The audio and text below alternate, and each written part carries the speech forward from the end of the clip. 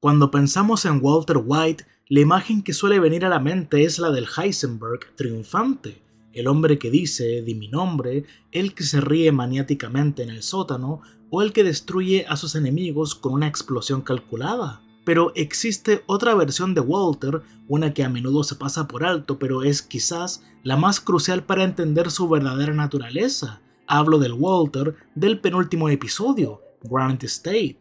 En el episodio anterior, Ozymandias, su imperio ya había caído, y aunque tenga varios millones en un barril, ya no sirve para nada.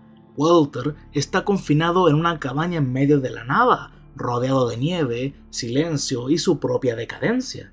En ese momento, ya sin poder ni familia, Walter queda enfrentando a lo que realmente es. Pero lo fascinante de este encierro no es solo lo que le sucede a Walter, es como este escenario resuena a través de otras historias, creando un eco narrativo que conecta Breaking Bad, Better Call Saul y la historia de Carol Sturka de Pluribus. Para este video no voy a hablar mucho de drogas y del imperio criminal que construyó Walter, sino de la soledad absoluta. Voy a hablar de cómo el capítulo Granite State no solo es un lugar geográfico en New Hampshire, sino un estado mental, de alguien que lo pudo tener todo a alguien que ya no tiene nada. Comencemos observando la estructura, por decirlo de alguna manera, de esta prisión. Tanto Walter como Carol se encuentran en situaciones que en un nivel superficial podrían parecer ideales para alguien que huye. Tienen seguridad, tienen anonimato y lo más importante, tienen un proveedor capaz de conseguirles cualquier cosa material que deseen. Para Walter, ese proveedor es Ed, un hombre práctico, sin emociones visibles, que llega puntualmente cada mes con suministros. Walter puede pedirle lo que quiera o lo que Ed pueda conseguir. Tal vez carne, revistas recientes, medicamentos e incluso unas gafas nuevas. Además, tiene millones de dólares en efectivo a su disposición. En la práctica, puede pedir casi cualquier cosa, pero esa comodidad esconde algo clave: no puede moverse. Ed deja claro que salir de la propiedad no es una opción. Hacerlo significa quedar completamente expuesto y sin ayuda. De manera inquietantemente similar, Carol tiene acceso a la mente colmena. Al igual que Ed, la colmena posee recursos casi ilimitados. Pueden satisfacer cualquier capricho material de Carol, proveerle comodidades y seguridad en su casa de Albuquerque, pero al igual que Walter, Carol descubre que la capacidad de pedir cualquier objeto es irrelevante cuando se carece de agencia real. Ella puede solicitar cosas, claro, pero no puede solicitar su libertad. La colmena, bajo la apariencia de protección y simbiosis, la mantiene en un aislamiento efectivo, vigilada y contenida. Ambos personajes viven una paradoja algo similar. Pueden acceder a casi cualquier cosa, pero no pueden moverse libremente. Esa limitación física es importante, pero el efecto más profundo es lo emocional. La soledad que experimentan no es circunstancial, sino consecuencia directa de una pérdida familiar. Walter llega a ese punto tras perder a Hank, el vínculo con su hijo y la relación con Skyler. Carol tras la muerte de Helen. El encierro en la cabaña o en la casa no crea ese vacío, solo lo hace más visible. Hay una escena en Granite State que es, en mi opinión, una de las más tristes y patéticas de las series. Walter, el gran Heisenberg, el hombre que construyó un imperio de metanfetamina, se reduce a un anciano solitario que le paga a Ed $10,000 por una hora más de compañía. $10,000 es una cifra que para la mayoría de la gente cambiaría su vida. Walter la arroja sobre la mesa simplemente para que otro ser humano se siente frente a él mientras reparte unas cartas, y ni siquiera tienen una conversación profunda, y por lo que vemos, Ed permanece estoico, profesional e indiferente. En ese momento, el dinero de Walter, la sangre y el sufrimiento que costó conseguirlo, pierde su valor, o más bien nunca lo tuvo. No puede comprar lealtad o afecto y, tristemente, apenas puede comprar la ilusión de compañía. Y claro, su deterioro es evidente, porque su cuerpo lo vemos afectado por el cáncer y por una rutina marcada por el silencio y el aislamiento. Carol Sturka atraviesa una degradación similar. Su soledad se vuelve tan asfixiante que la lleva a comportamientos irracionales. La escena donde escribe "La calle, come back" es su versión de los $10,000 de Walter, y cuando la vemos aullando, no estamos viendo a una persona cuerda, estamos viendo a un animal social al que se le ha privado de su manada. La colmena, al distanciarse de ella y dejarla sola en Albuquerque, le niega la necesidad humana más básica, la conexión. Carol sucumbe a esta soledad de una manera visceral, demostrando que el aislamiento prolongado es una forma de tortura que ninguna comodidad material puede aliviar. Y no podemos dejar de lado a Saul Goodman, o mejor dicho, Gene Takavic. Saul, transformado en el gerente de un Cinnabon en Omaha, vive su propio Granite State, en blanco y negro. Su cabaña no está en la nieve, sino en un apartamento monótono y una rutina laboral repetitiva. Gene se sienta solo en casa, bebiendo alcohol barato y viendo sus antiguos anuncios de televisión, tratando de recordar quién solía ser. Al igual que Walter y Carol, Gene está entre comillas a salvo, pero está muerto en vida. La protección de Ed garantiza supervivencia y protección, pero a costa de una vida suspendida. Y eso hace que la desesperación eventualmente empuje a estos personajes a romper las reglas. No pueden soportar el silencio por más tiempo.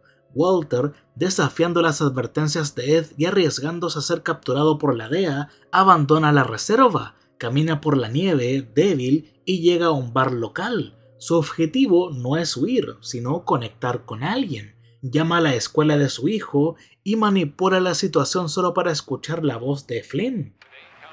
It's so good to hear your voice. Esa frase deja claro que por primera vez Walter habla desde la necesidad y no desde la justificación. Es un hombre rogando por un vínculo, pero la respuesta que recibe es devastadora. Flynn no le ofrece consuelo, sino odio puro. Y finalmente le dice que se muera, dejándole claro que no quiere su dinero y que no quiere saber nada de él. Ese rechazo marca un punto sin retorno. Walter cuelga el teléfono y en ese instante se rinde y llama a la policía para entregarse. Si su hijo no lo quiere, si su familia lo repudia, entonces Heisenberg no tiene razón de existir. Walter se sienta en la barra, pide un trago y espera a que vengan a ponerle las esposas. Gene Takavic sigue un patrón casi idéntico en el final de Better Call Saul. Después de años de silencio, decide llamar a Kim Wexler. Siempre supimos que ella era su tipo salvavidas, la única persona que realmente lo conoció además de Chuck, pero la llamada es un desastre. Kim no le sigue el juego, le dice que se entregue. El rechazo de ella, sumado a la realidad de su vida vacía, empuja a Gene a una espiral autodestructiva, volviendo a las estafas no por el dinero, sino para sentir algo, cualquier cosa. Carol también intenta forzar una conexión, quiere una respuesta de todo, intenta usar drogas para obligar a Sasha a revelarle cómo revertir la unión con la colmena. Está tratando de buscar una salida y una solución a su estado, pero la colmena responde, retirándose de Albuquerque y dejando sola a Carol. En los tres casos, el intento de romper el aislamiento a través de la vulnerabilidad emocional resulta ser un castigo severo. Entonces, ¿qué es lo que impide que Walter espere a la policía en ese bar? ¿Qué es lo que lo levanta de la silla y lo hace huir antes de que lleguen las patrullas? Y les dejo claro desde ahora que no es el amor, y tampoco el miedo a la cárcel, es la ira y su ego. Mientras espera su captura, Walter ve la televisión. En la pantalla aparecen Elliot y Gretchen, las personas con las que fundó Grey Matter. El entrevistador les pregunta sobre Walter. Elliot y Gretchen no lo demonizan como un monstruo asesino, pero hacen algo peor que a Walter le duele, lo minimizan. Dicen que Walter no tuvo nada que ver con el éxito de la empresa y que su única contribución fue el nombre. Para un hombre como Walter, cuya droga principal siempre fue el orgullo, esto es intolerable. Pueden llamarlo criminal, asesino, pero no pueden llamarlo irrelevante. Walter se da cuenta de que si se entrega, esa será la historia oficial, que él no fue nadie, y eso no lo va a permitir. La soledad desaparece y la reemplaza por una misión. Heisenberg despierta no por amor a su familia, a quienes ya ha perdido, sino por amor a su propia leyenda.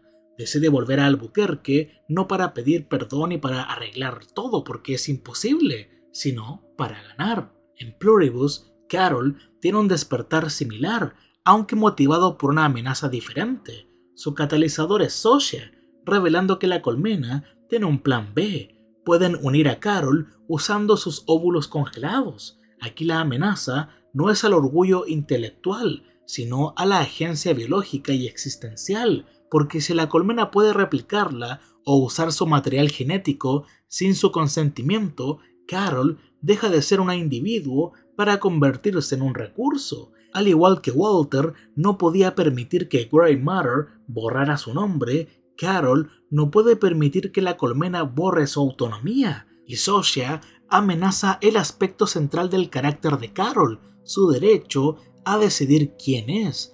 Esto hace que Carol cancele su estado de pasividad, por decirlo de alguna manera. Cancela los viajes con Sosha, deja de lamentarse y se pone en marcha hacia Manusos para revertir la unión. Gene Takavic también tiene su momento de Grey Matter.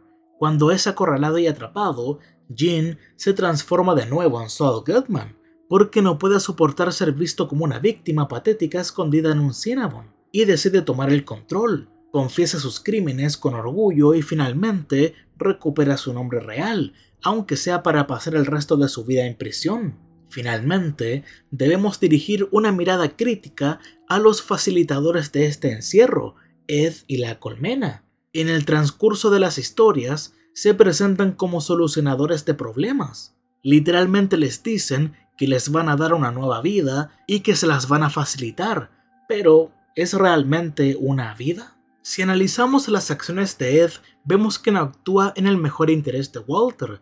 Cuando éste le pregunta si le daría el dinero a su familia una vez que él muera, la respuesta tácita es un no rotundo. Ed es un pragmático. Si Walter muere, ese dinero es de Ed. Además, este desalienta activamente cualquier intento de Walter de arreglar las cosas o vengarse de los nazis, no porque le importe la seguridad de Walter, sino por su propia seguridad. Él le dice: And I gotta tell you, if I find out that you've left the reservation, I won't be coming back. That is for my own safety. You understand? Es una amenaza de abandono destinada a proteger su propio negocio, no a su cliente.